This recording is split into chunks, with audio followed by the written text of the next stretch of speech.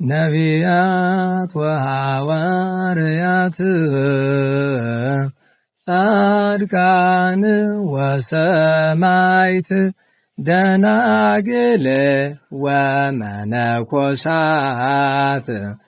አይሩግ ወሕፃናት ገዳማውያን ወሊቃውንት ሰአሉ ለነ ኩልክሙ ቅድመ መንበሩ ለጸባኦት። በስመ አብ ወወልድ ወመንፈስ ቅዱስ አህዱ አምላክ አሜን። መጋቢት 14 ቀን የሚከበሩ የቅዱሳን በዓላት፦ ቅዱስ ቶማስ ሐዋርያ።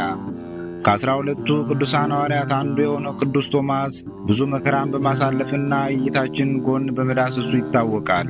ቅዱስ ቶማስ እንደ ሌሎቹ ሐዋርያት በእስራኤል ተወልዶ በዚያው በሥርዓተ ኦሪት አድጎ ገና በወጣትነቱ የሰዱቃውያንን ማኅበር ተቀላቅሏል። ሰዱቃውያን ሰው ከሞተ በኋላ አይነሳም፣ አልቦ ትንሣኤ የሚሉ ናቸው። መድኃኒታችን ኢየሱስ ክርስቶስ ማስተማር ሲጀምር ግን ቅዱስ ቶማስ ከነበረበት ማኅበር ወጥቶ ጌታችንን ተከተለ።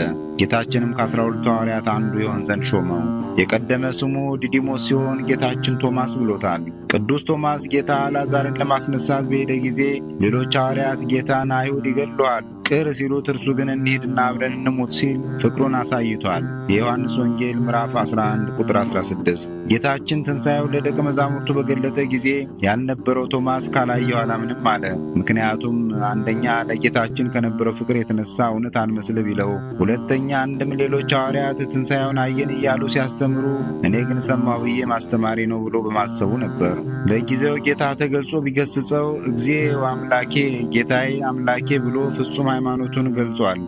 ለፍጻሜው ግን የጌታችን ጎን መለኮቱን ይዳስስ ዘንድ እንዳደለው ያጠይቃል። መለኮትን የዳሰሰች ይህች ቅድስት እጅ ዛሬም ድረስ ሕያው ናት። በህንድ ቤተ ክርስቲያን ውስጥም በክብር ተቀምጣለች። ቅዱሳን ሐዋርያት መንፈስ ቅዱስን ተቀብለው አገረ ስብከት ሲከፋፈሉ ለቅዱስ ቶማስ ህንድና በዙሪያ ያሉ አገራት ደረሱት። ከዚህ በኋላ ነው እንግዲህ ዘርዝረን የማንጨርሰው ተጋድሎ የፈጸመው። ቅዱሱ በነበረው ፍጹም ትጋት አባቶቻችን ዘአሰርጎ ለብሔረ ህንደኬ ህንድን በወንጌል ያስጌጣት ሲሉ ያከብሩታል። ቅዱስ ቶማስ ንጉሥ ሉኪዮስንና የአገሩን ሕዝብ ለማሳመን በችንካር መሬት ላይ ወጥረው ቆዳውን ገፈውታል። ቆዳውን እንደገና ሰፍተው አሸዋ ሞልተው አሸክመውታል። በየመንገዱ የተገፈፈ ገላውን ጨው ቢቀቡት በጎች መጥተው ግጠው በልተውታል። በዚህም ምክንያት ሁሉ የአኬ እንዘ የአኬ ዘመኑ አባጊሁ ለቶማስ እስመ አራዊተ ኮኑ ብለዋል ሊቃውንቱ። በኋላ ግን ከፎቅ ወድቃ የሞተችውን የንጉሡን ሚስት በተገፈፈ ቆዳው በማዳኑ ሁሉም አምነው ተጠምቀዋል። ቅዱሱ ሐዋርያ ልክ እንደ ቅዱስ ጳውሎስ አንዳንዴ በፈሊጥ ሌላ ጊዜ በመከራ ለወንጌልና ለቤተ ክርስቲያን ተጋድሏል። ያለማቋረጥም ከህንድ እስከ ሀገራችን ኢትዮጵያ ድረስ ለ38 ዓመታት ወንጌልን ሰብኳል። በመጨረሻም በ72 ዓመተ ምህረት በሰማዕትነት አርፏል። መቃብሩና ቅድስት እጁ ዛሬ ድረስ ህንድ ውስጥ አሉ። ከፕሮቴስታንቶች በቀር መላው ዓለም ያከብረዋል። ጌታችን ኢየሱስ ክርስቶስ ከአገልጋዩ ቅዱስ ቶማስ ጸጋ በረከት ይክፈለን።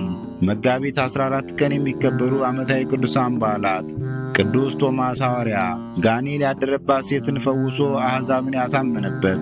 ቅዱስ አባ ባጥል ትሩፈ ምግባር በአንድ ወቅት ከእስክንድርያ ዝሙትን ለማጥፋት የተጋደሉ ጻድቅና አረጋዊ አባት። ቅዱስ ሲኖዳ ወይም ሽኖዳ ሰማዕት። ቅዱስ ቄርሎስ ሊቀ ጳጳሳት።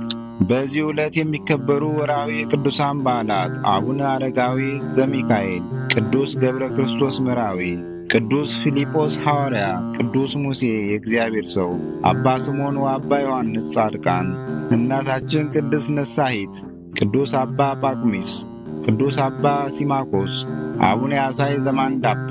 ቅዱሳኑን በሚመለከት ከመጽሐፍ ቅዱስ የተወሰደ ጥቅስ የዮሐንስ ወንጌል ምዕራፍ 20 ከቁጥር 26 እስከ 29። ደጆች ተዘግተው ሳሉ ኢየሱስ መጣ፣ በመካከላቸውም ቆሞ ሰላም ለእናንተ ይሁን አላቸው። ከዚያም በኋላ ቶማስን ጣትን ወደዚህ አምጣና እጆቼን እይ፣ እጅህንም አምጣና በጎኔ አግባው፣ ያመንክ እንጂ ያላመንክ አትሁን አለው። ቶማስም ጌታዬ አምላኬም ብሎ መለሰለት። ኢየሱስም ስላየኸኝ አምነሃል፣ ሳያዩ የሚያምኑ ብፁዓን ናቸው አለው። ወስብሐት ለእግዚአብሔር ወለወላዲቱ ድንግል ወለመስቀሉ ክቡር አሜን። ዘአቅረብኩ አላፍ ቅዱሳንን አዘክሬ ምስጋናን አቀረቡልህ። እኒህ ቅዱሳን ዘወትር አንተን ያገለገሉ ናቸው። በድህነቴ የማነብልን መጽሐፍ ምስጋና ተቀበል። አንተ ብዙ ባለጠጎች ካገቡት ይልቅ የድሃዋን መበለት ስጦታን ተቀብላልና። ቅዱሳን የሆናችሁ ነቢያት፣ ለማስተማር የተመረጣችሁ ሐዋርያት፣ ሰማዕታት፣ ጻድቃን፣ ትጉሃን የሆናችሁ መላእክት፣ እናንተም ደናግል ቸር የሆናችሁ መነኮሳት ይችን ጉባኤ አንድነታችን መባረክን ባርኩ። ስትባርኩም ከሕፃናቱ ጀምራችሁ እስከ ሽማግሌው ድረስ ይሁን።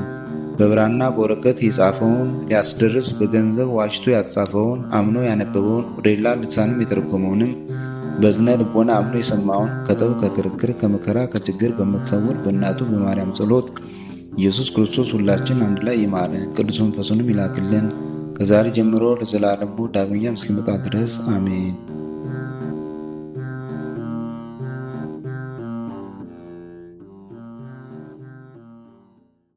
ነቢያት ወሐዋርያት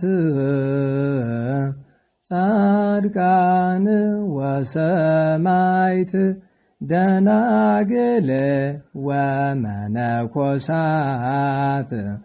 አይሩግ ወሕፃናት ገዳማውያን ወሊቃውንት ሰአሉ ለነ ኩልክሙ ቅድመ መንበሩ ለጸባኦት